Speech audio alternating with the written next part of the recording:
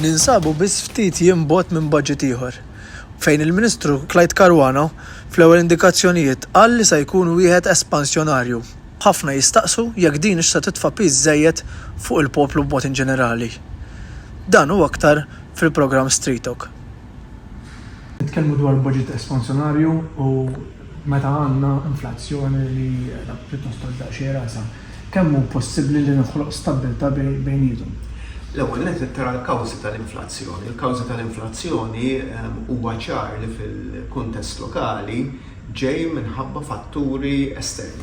Ġej minħabba allura il-fatt li minn barra minn Malta qed jolew ċertu prezzijiet l-iktar fix-xhur li għaddew ta' ċertu commodities, speċjalment fil-qasam tal-ikel li mbagħad minnhom infushom iwasslu għal pressjonijiet inflazzjonari.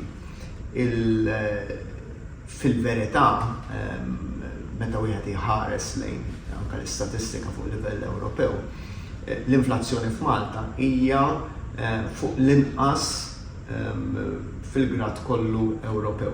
Biss hemm punt prinċipali li huwa nieqes. Il-punt prinċipali li huwa nieqes huwa l-fatt illi dan kollu huwa tali minħabba d-deċiżjoni ta' policy tal-gvern illi jgħinu jissussidja dak li għandu x'jaqsam mal-kontijiet tad-dawl. Il-kontijiet tad-dawl kienu raħsu fil-2014 u ma ċaqalqux minn dikinhar. U bħalissa huma wkoll f'dak il-livell. Allura dan kollu iwassal biex fil-waqt li jolew il-prezzijiet fil-verità hemm cushion enormi illi qed iservi għalih il-gvern. Biex niġi għal punt dwar kif tista' tibbilanċja t-tnejn li huma li żgur għall-ħares ikollok inflazzjoni u ekonomija qed tonqos jew li qed tistagħna hemmhekk tiġi f'sitwazzjoni dik li jgħidula stagflation illi jkollok stagnation u inflation. Dik hija xi ħaġa li rridu bil-fors nevitaw. Biżida fil-kola u l-minimum wage jew tendenza li l-poplu se jkollu jħallas prezzit għalax min ħaddem jgħidulek irid iġibhom minn x'imkien. Ifhimni ħanejlek, l-ewwel nett titħares anke lejn il-fatt li l-ħaddiem huwa l-konsumatur ukoll. Jiġifieri trid tara trid ikollok dejjem sitwazzjoni fejn il-ħaddiem qed jaffordja illi jixtri il-prodott illi qed jipproduċi hu stess. Dak huwa ir-rivoluzzjoni l-kbira li daħħal Henry Ford. Illi Henry Ford x'kienet ir-rivoluzzjoni l-kbira. Mhux li inventa l-karozza, imma li jagħmel karozza illi l-ħaddiema tiegħu stess kienu kapaċi jixtru. Dik hija r-rivoluzzjoni l-kbira. Allura fil-verità li inti tkun qiegħed tgħid illi qed jolew l-ispejjeż veru, ma mbagħad min-naħa l-oħra il-ħaddiema tiegħek huma l-konsumaturi tiegħek ħafna drabi, allura qed ikun hemm dejjem il-bilanċ. Il-punt kollu nerġa' ngħid mhuwiex kemm tkun il-kola u kollox għax hawnhekk xi kultant ikollna memorja qasira. Niftakar li meta l-kola kienet sempliċement 50 cents ta' euro. Kienu enormi 50 cents biss iż-żieda u dak iż-żmien kont qed jien fil-waqt il-gvern kien żied iktar over and above. Kont qed jien kola għolja mhix aħbar tajba. Dan hija aħbar tajba għal min jħaddem u laqqas għal min jaħdem. Għax kola x'inhi? Kola mhijiex żieda, kola hija kumpens. Qed jikkumpensak għaż-żieda fil-prezzijiet li soffrejt matul is-sena li għaddiet. Allura, iktar mal-kola tkun għolja, iktar fil-verità hemm problema ta' inflazzjoni, iktar ikuħħadlek mill-but qabel. Ma dak iż-żmien għax il-prezzijiet kienu taħt kontroll, kien hemm il-kritika għax il-kola baxxa, issa hemm il-kritika għax il-kola għolja. Fil-verità, il-punt kollu huwa minn fejn ġej il-frott tal-żieda fil-prezzijiet. U hemmhekk nerġa' ngħid, kieku ma kienx għall-intervent tal-gvern, dik il-kola kienet tkun ferm ola kienet naħseb minn flok 13 euro, żgur kienet jekk mhux taqbes qarrab 20 euro fil-ġimgħa. Imma x'iswa l-ħaddiem li jkollu żieda ta' 20-25 euro fil-ġimgħa jekk imbagħad jirċievi l-kont li jsalbu. Jiġifieri aħjar is-sitwazzjoni kif inhi. Fl-aħħar mill-aħħar nerġa' ngħid hija il-punt li jista' jagħmel il-gvern huwa li jara li ma jkunx hemm sitwazzjoni fejn hu stess bil-policies tiegħu jkun qiegħed iżid il-pressjoni u l-peace fuq l-industrija li ma jwassalx għal dak li jgħidulu wage price spiral fejn inti jiżdied ikun hemm talba żieda fis-salarji jwassal żieda fil-prezzijiet li jerġa' jwassal għal talba ta' żieda fis-salarji u nispiċċaw li jgħidula wage price spiral. Tara li hu possibbli dak li qed tgħid l-oppożizzjoni li dan ma jkunux intaxxati? Hija policy li l-gvern, pereżempju, konna għamilna policy li kienet anka minn gvern li kien minn gvern nazzjonalista ħna komplejni għax kien hemm żmien li ma kienx qed titkompla illi il-minimum wage ma tkunx intaxxata. Jiġifieri li inti jkollok sitwazzjoni fejn il-żieda l-għoli tal-ħajja ma tkunx intaxxata naraħħa li hija xi ħaġa li hija possibbli tara jekk ix regressiva jew progressiva. Fis-sens minn ħajgawdi l-iktar minn dak il-punt għax iż-żieda tal-għoli tal-ħajja hija l-istess matul biex ngħidu hekk l-iskaletta kollha. Il-bżonn ta' pjan ekonomiku ġdid. X'tikkumenta dwar dan? Jien nemmen illi l-istorja ta' pajjiżna turi illi lilin minn karti il-pajjiż għandu bżonn li twettaq l-affarijiet. Fil-verità anka niftakar pjan ekonomiku li kien sar fi żmien gvern nazzjonalista illi kien jgħid li pereżempju rridu nattiraw li jkun hawn qasam tal-edukazzjoni illi jattira l-investiment. Mbagħad meta ġiet università tinvesti f'pajjiżna wieħed jgħid kontri għax hemm università allura ħadd tibnija lill-università jrid ikun hemm koerenza. Il-koerenza tiġi mill-fatt li inti żżomm is-setturi li huma tradizzjonali jekk humiex il-fabbriki bl-industrija. Kien hemm żmien kien jingħad lilna mhux il-bot ħafna fis-snin 2000 illi il-fabbriki għandhom jagħmlu. Il-fabbriku maċ posthom il-fabbriki tat-tessuti jew affarijiet hekk. Jiġifieri kien hemm bisu sinjal li min jaħdem fabbrika u min jinvesti f'fabbrika huwa rrimi.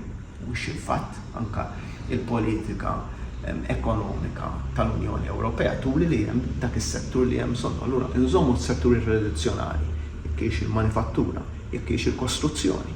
Dak huma setturi tradizzjonali li għandhom jinżammu. Nżommu s-setturi l-ġodda li bdew jimbtu matul is-snin, jekk hix l-avjazzjoni, jekk hix il-financial services, jekk humiex il-gaming dak kollha jridu nżammu u jekk ikun hemm setturi ġodda irridu ninkoraġġuhom. L-idea imma illi wieħed ħajħu post ieħor jew xi wieħed ikun obsolit naħseb li hija counterproductive, iktar trid tkun addizzjonali. Ħanejlek hemm scale taħsib differenti. Hemm skola taħsib li tgħidlek il-pjan huwa bżonn już għax tista' timxi fuq. Hemm skola taħsib oħra li tgħidlek li sottoskrivi iktar jingħali li għandek bżonn viżjoni. Viżjoni ġifieri li tgħidlek fejn trid tasal. Alright, li tkun taf id-direzzjoni fejn inti sejjer. Ħanatik eżempju, il-pjan strutturali għal Malta li kien sar fid-disajnijiet ġie stuprat pratikament għaliex għax tant kemm kien fih dettalji, kemm għandu jkun hemm supermarket u għandu jkun hemm affarijiet. Illi biżmien ġie miksur kollu kemm hu. Għaliex ġie miksur kollu kemm hu? Għax jien illum fl-2023 nista' nippjana fejn nixtieq inkun fl-2035 imma ma nafx ħajkunu il-bżonnijiet tal-poplu ta' dak iż-żmien. Illum il-ġurnata mhux ħanejdlek, mhux ħammurlek lura 10 snin.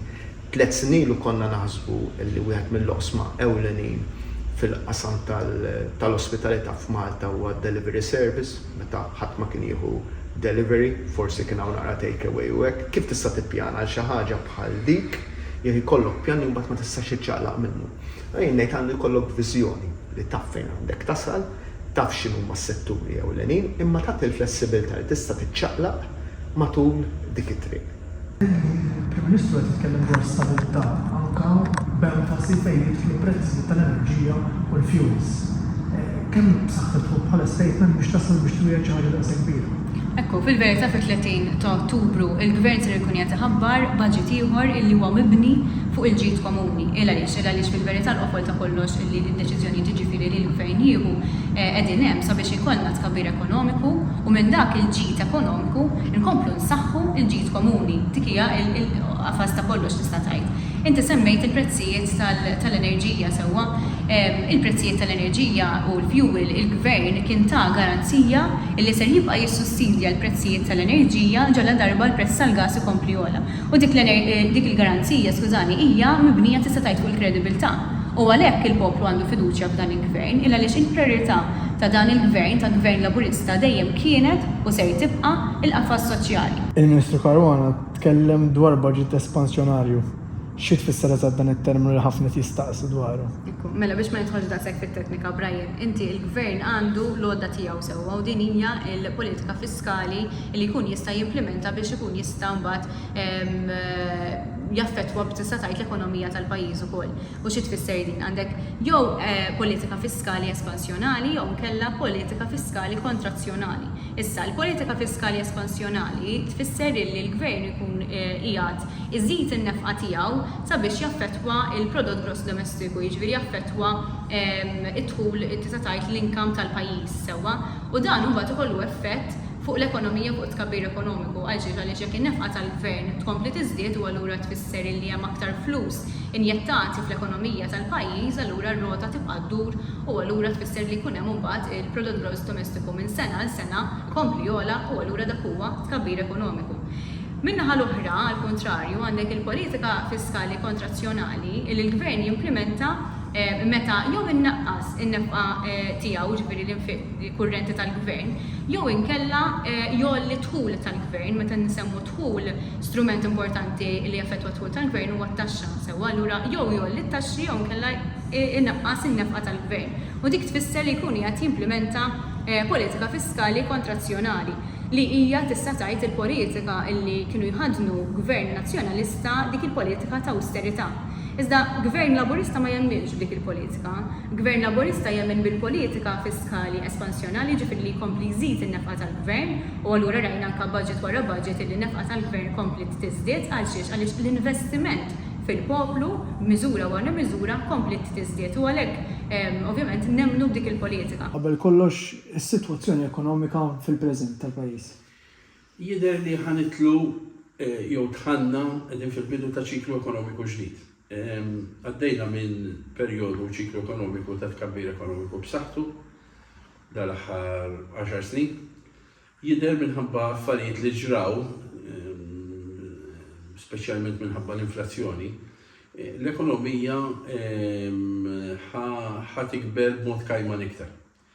Aħna drajna b'ekonomija li tikber primarjament minħabba n-nefqa domestika, dak ngħidu consumption, u li jidher li dak il-konsum ħajkalma fis-snin li ġejjin anke bħala riżultat tal-inflazzjoni fejn in-nies ħajkollhom inqas dak ngħidu disposable income f'idejhom. U allura t-tkabbir ekonomiku fis-snin li ġejjin, anke l-aħħar update li ħareġ is-Central Bank wara s-sena d-dieħla u sena ta' wara, jidher li mhux se jkun daqshekk bħalma kien bis-snin ta' qabel minħabba l-konsum intern, imma ħajkun ġej minn żieda fl-esportazzjoni u żieda f'ċertu niċċex u setturi oħrajn ekonomiċi. L-ewwel priorità ta' kull gvern fid-dinja u anke fl-Ewropa huwa li nikkontrollaw l-inflazzjoni. Li nieħdu kwalinkwa miżura li tista' tidher tajjeb imma li fil-qasir żmien tista' tidher li tkun qed tgħin lil ċertu nies. Imma li l-effett tagħha jkun li nkomplu dak li jiena ngħid nitimaw il-monstru tal-inflazzjoni bħala riżultat tagħha ikun ta' dannu kbir għall-ekonomija tagħna. U mhux fit-tul ta' żmien ta' ftit snin. Ir-raġuni hija li l-ewwel ħaġa ndumu biex nirkupraw fis-sens indumu biex nikkontrollaw l-inflazzjoni u bħala riżultat ta' hekk nitilfu l-kompetittività tagħna bħala pajjiż. L-ekonomija tagħna ma teżistix waħda, teżisti u tikkompeti ma' ekonomiji oħrajn madwar id-dinja u biex aħna nibqgħu f'pożizzjoni illi nibqgħu nikkompeti servizzi finanzjarji, turiżmu, manifattura, irridu nżommu qudiem għajnejna il-kompetittività. Jiena nappella bħala bniedem tekniku biex min qed jieħu d-deċiżjonijiet dak li ngħidulhom il-policy makers jitfgħu bħala priorità li aħna nikkontrollaw l-inflazzjoni. Kwalunkwe deċiżjoni li tista' tidher sabiħa tkun qed titfa' il-flus fi bwiet in-nies illi ħadd titfa' spejjeż ġodda fuq min iħaddem ħadd tfisser li l-inflazzjoni ħadd kompli tiżdied u tolli rasha. U meta pajjiżi oħrajn illi għaddew minn żmien tal-batija f'dan l-aħħar xhur u dan l-aħħar snin għax ma kellhomx pereżempju gvernijiet li qed jissussidjaw l-elettriku u l-fjuwis bħal Malta, imma minħabba l-batija li għaddew u minħabba anke l-effett tal-politika monetarja biż-żieda tal-imaxijiet joħorġu mill-problema tal-inflazzjoni, aħna jekk nagħmlu l-iżbalji li qed nirreferi għalihom, aħna nibqgħu inkaxkru il-problema tal-inflazzjoni magħna. U dak ifisser li ekonomiji oħrajn jistgħu jitilqu jiġru u aħna nkunu għadna qed imbagħtu bil-problemi tal-inflazzjoni u nitilfu il-kompetittività tagħna. Riżultati ta' dal-aħħar xhur tal-inflazzjoni juru li fejn fil-waqt l-inflazzjoni ma bdiex minn Malta, aħna bdiet minħabba xokkijiet il-barra minnha, minħabba l-gwerra fl-Ukrajina, minħabba dak kollu li għaddit id-dinja u ċ-ċiklu li kif ġimpattat iċ-ċiklu ekonomiku minħabba il-pandemija, jidher li jisna għandna livell ta' inflazzjoni li qed jiġi ġenerat internament. Infatti, minn dal-aħħar 6 xhur, 4 xhur minnhom l-inflazzjoni kif kalkulata minn dak ngħidu l-HICP kienet ogħla mill-leverage ta' l-inflazzjoni fil-pajjiżi tal-ewro. U dik hija indikazzjoni mhux probabbli għandna livell ta' inflazzjoni ġejja ġenerata internament.